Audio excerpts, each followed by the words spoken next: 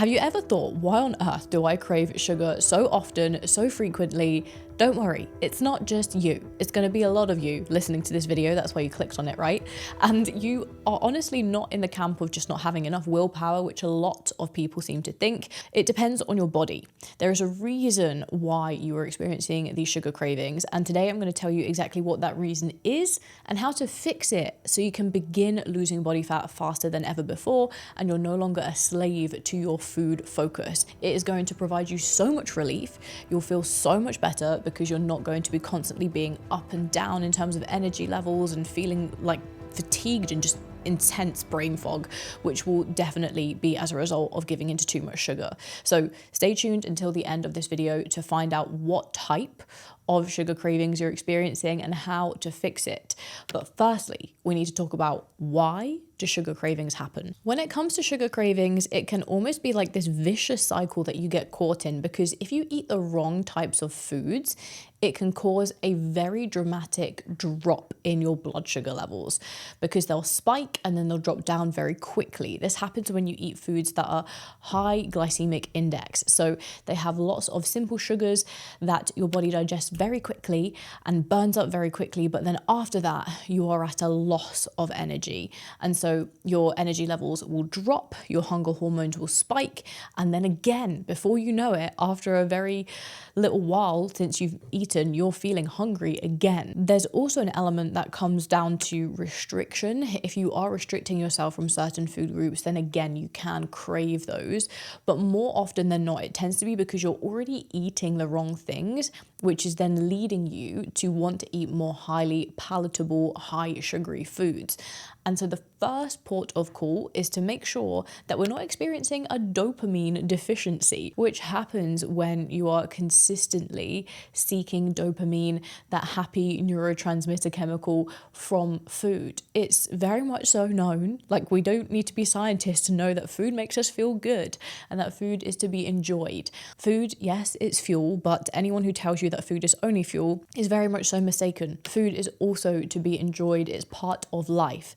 But if you're relying on food primarily as your source of dopamine to make you feel good, then that's also where we can be going wrong. So if you end up finding yourself consistently seeking that you're eating certain snacks or certain types of foods that are high in sugar because you know that they make you feel good in that instance, but then physiologically your body is consistently experiencing these drops in blood sugar, then that consistently feeds the cycle of you then craving more sugar. And it can get very messy, as you can see. Not to mention, your diet can actually mean that you're nutrient deficient, which then the body mistakenly ends up craving foods that are high in sugar. If you're low in certain nutrients like healthy fats, protein, even certain minerals like magnesium, your body will mistakenly crave sugar because it does not have the essential health nutrients that it needs to function optimally. And so as a result of that, it's going to tell you that you need more energy because your body believes that it doesn't have enough energy. It very much so does because you're consuming way too much sugar. But you then end up finding yourself trapped because you're eating the foods again that don't provide you with the nutrients that would quash those sugar cravings. So if you ate lots of high protein, if you ate good, satiating, healthy fats, and also foods that are rich in magnesium, you would find again that there's less likelihood that you're experiencing these cravings. So a lot of the reason that you're going to be experiencing cravings is because your body is sending signals to your brain that you need something. But actually, that's very much so not the case. And it's not just physiological. There's a lot of psychological reasons that you will be craving sugary foods. So let's not forget that if you are someone, such as myself in the past, when I was younger, I grew up as the fat kid. I eventually lost 50 pounds of body fat. I've kept it off forever since. But when I was growing up, I used food as my vice. It was my emotional crutch. I was raiding the fridge late at night. I would go home after school or I'd come back from university and I would just eat. I'd have takeout on the weekends. I would bury my sorrows in food. And before I knew it, I started to develop this relationship with sugary and highly palatable foods. Some of you listening, you might actually have that, but with salty and fatty foods. But regardless, if you are psychologically craving foods as a source of comfort, we mentioned dopamine deficiency, but now it's not even if you're deficient in dopamine, it's actually if you just rely on food to make you feel better, then that's also going to be a very, very big problem. And you need to disconnect your negative emotions from the light bulb that goes up in your brain to say, okay, when we feel bad, we eat these foods. So that's a lot of mindset work that needs to be done to overcome and eliminate emotional eating. So how do we beat the sugar cravings without feeling completely miserable and cutting out foods that we do enjoy that might be a little bit more high in sugar? Well, firstly, we need to hack your body's dopamine response. And what I mean by that is we need to come up with other ways that we're going to produce and generate dopamine to feel good that are not food related. Now, one of the very easy tasks that I provide our clients with is the formulation of a happy list. Everyone has certain things that immediately will put them in a great mood. It might be your favorite song. It might be speaking to and laughing with your favorite person. It might be a hug. It could be being creative. It might be a quiet walk in nature. Whatever it might be, even down to elements of self-care, you need to write down everything in this universe that makes you feel happy and keep that happy list saved somewhere on your phone, somewhere that's easily accessible, so that in those moments where you're craving highly palatable sugary foods, that you pick something quickly and easily accessible from your happy list to generate dopamine and use that as a substitute. And before you know it, the less that you give into eating really sugary foods, the less you will crave very sugary foods. The next thing that you need to do is reduce your cortisol. This is your stress hormone.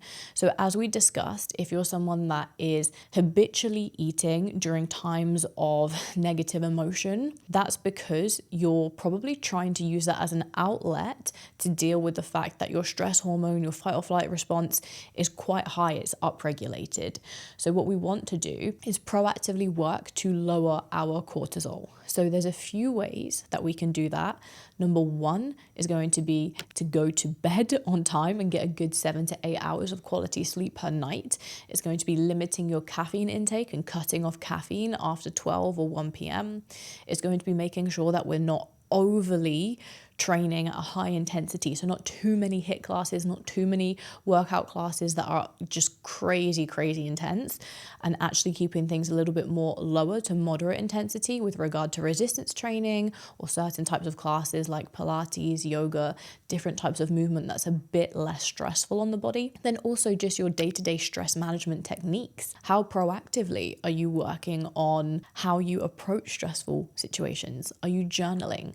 Are you meditating? Are you doing breath work? Do you go to talk therapy? These are essential in making sure that you are bringing down that cortisol level, and also certain supplements can help. Like ashwagandha is a fantastic adaptogen which helps to balance your stress hormone levels. So by reducing your stress and by working on your emotional response, you can definitely start to notice that the sugar cravings dissipate over time. And coming full circle to what I mentioned at the start, you need to be eating in the optimal way that reduces the likelihood of these energy crashes, which then lead to us craving sugar.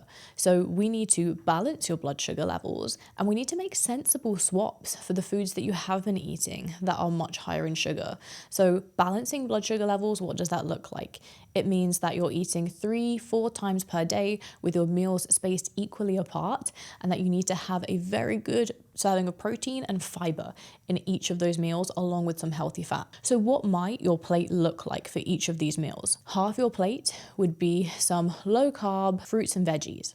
Quarter of your plate would be a whole grain carbohydrate source, and another quarter of your plate would be a lean protein source, and then maybe a very small amount of healthy fat. That is going to mean that you are having a balanced meal, that you're eating high volume, and that you've got a stable energy release over time, so that we're not having big spikes and then crashes in blood sugar levels. And if you do have certain foods that you enjoy that tickle your taste buds, that you want to include, for me, I don't know about you guys, but I'm a chocolate monster. I love chocolate. I will opt for dark chocolate as opposed to milk chocolate. Take yesterday as a prime example. We're speaking firsthand here. I was really wanting and kept thinking about some chocolate. Why is that the case? Because I am in my luteal phase, and we as women will experience more cravings in our luteal phase when we are about to start our next menstrual cycle. So I thought, how can I go about this so that I can enjoy some chocolate, but it's not going to derail me from my fat loss results? Well, I had a nutritious meal. I had some veggies, I had some broccoli, some cauliflower, I had a jacket potato, I had that with some very, very tasty harissa style beans, and then I had a protein source, which was some vegan mince, because I am vegan, I am plant-based. And that was really good because I had some healthy fats in the harissa beans with how I cooked them, and then I also had lots of veggies and a protein source. So I felt full and satiated after that, but I still had that craving for something sweet. So I walked to the grocery store, and I did not buy a huge bar of chocolate. I bought a small bar of dark chocolate, and I savored it. I ate it carefully and slowly, and I enjoyed it. Number one, dark chocolate, it is really actually good at producing happy hormones that make us feel a little bit more at ease. It's quite healthy for you. It's got a great source of healthy fats, but it's lower in sugar, and it also hits that sweet spot. Maybe someone's listening to this and they're like, no, dark chocolate is not my thing. Okay, fine. Why not choose a low-calorie ice cream? Or why not choose some reduced sugar biscuits or sweets or whatever it might be? Maybe just introduce some more natural sugars, and after each meal have some fruit with some natural sugars, because natural sugars are not bad. Sugar is not bad. It's just if you are constantly having high blood sugar spikes and then drops, because that's what makes you feel terrible and leads you to overeat more over time.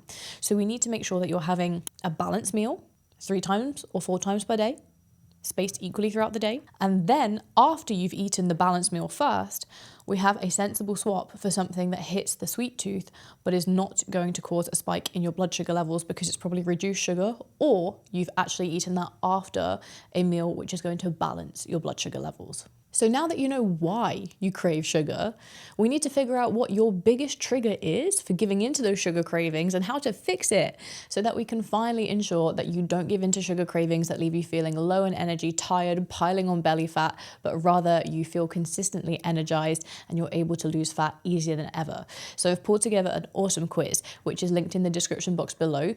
Take the sugar cravings quiz to find out exactly what your trigger is and to have a personalized plan of action moving forwards so that you can beat these sugar cravings for good.